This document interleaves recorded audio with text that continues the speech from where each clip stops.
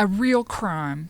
In a series of podcasts, I want you to travel down some lonely roads with me. These are the roads I traveled with families who never got to say goodbye to loved ones. These family members were fated to live the rest of their lives waiting and wondering. I wrote these stories when I worked as a reporter for the Charleston Gazette.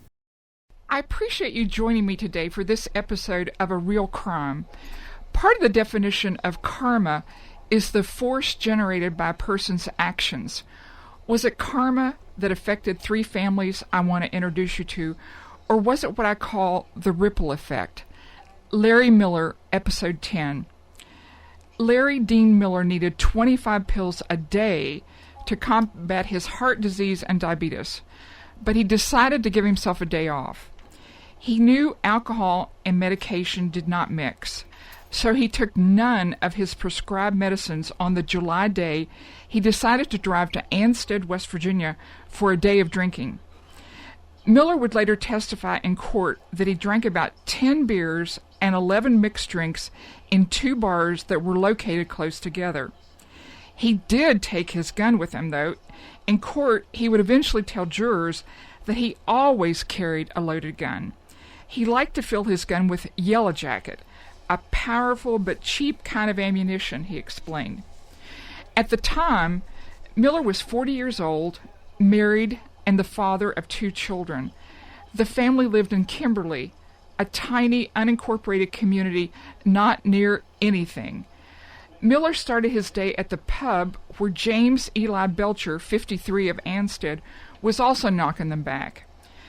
Belcher would later testify that he drank 8 screwdrivers and 5 beers.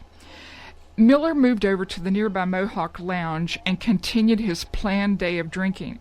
As it happened, Belcher turned up there too. All was well until the two men got into a fight about the ownership of some change the waitress put on the counter. As I mentioned, Miller always carried a gun. Belcher had a knife. Both men needed glasses, but each man's glasses were knocked off as they fought. The owner of the Mohawk wanted the men to take it outside. Once outside, the two continued the commotion, even backing up to a house next to the bar as they fought. Miller told police later that Belcher threatened to kill him. Miller drew his gun and a crowd. The commotion brought 26-year-old Francis Donald Michael Jr. out of his house near the Mohawk Lounge to see what the noise was all about. Miller fired 3 shots, but he only remembered firing 2. Miller shot Belcher in the hand and in the back. Miller's third shot hit Michael in the eye, and Michael sank to the ground. Hours later, the young man was declared dead. If alcohol brought one death by Miller's gun, alcohol soon brought another death by vehicle. A drunk driver killed Miller's wife.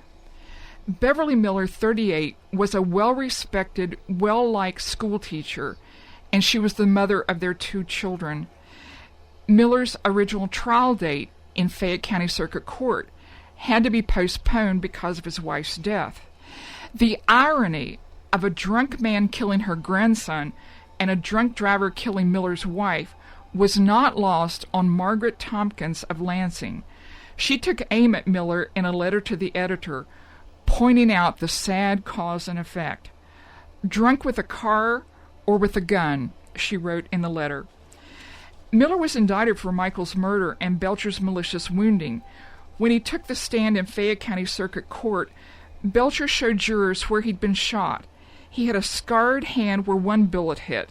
He took off his pullover shirt and showed jurors a scar from a bullet in his back. He told jurors the bullet in his back was still there. Miller said Belcher threatened to kill him, so he argued self-defense at trial. Miller had a cut over his eye that he said came from Belcher's knife. A murder must include the element of malice. Of course, Miller could not possibly have had malice toward the young bystander, but the prosecutor argued that after Miller fired his first shot, he was no longer protecting himself. Miller had a right to self-defense, but not a right to kill. Former Fayette County prosecutor Charles Vickers also argued that the malice Miller felt toward Belcher was mistakenly transferred to the innocent bystander. The prosecutor also told jurors that once Miller decided to go on his drunk, he cast all caution to the wind. Miller's lawyer argued that Miller must have shot Belcher in the shoulder first, but when Belcher continued to come at him with his knife, Miller shot Belcher in the hand. The third and fatal shot was an accident, his lawyer told the jury. Miller's lawyer, Jack Thompson, argued that Miller acted in self-defense. For almost 6 hours, jurors wrestled with the questions before them, but they ultimately found Miller not guilty of both charges. In 2000, Miller died at age 52, 12 years after he fatally shot a young man. I looked up the definition of karma and read that the word literally means action. Karma also includes cause and effect. Although he was found not guilty, a drunk man fired 3 bullets from his gun that wounded one man and killed another. Maybe Miller's action or karma was bound to come back to him, but I think my idea of the ripple effect still holds here. The drunken Miller fired his shots in one place in one day. On a separate day, in a separate place, a drunk driver killed Miller's wife.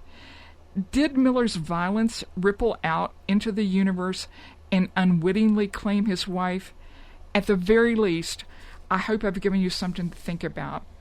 Thanks for joining me, and please listen next week for another episode of A Real Crime by Susan Williams. Thanks, as always, to Tommy Siner for this recording.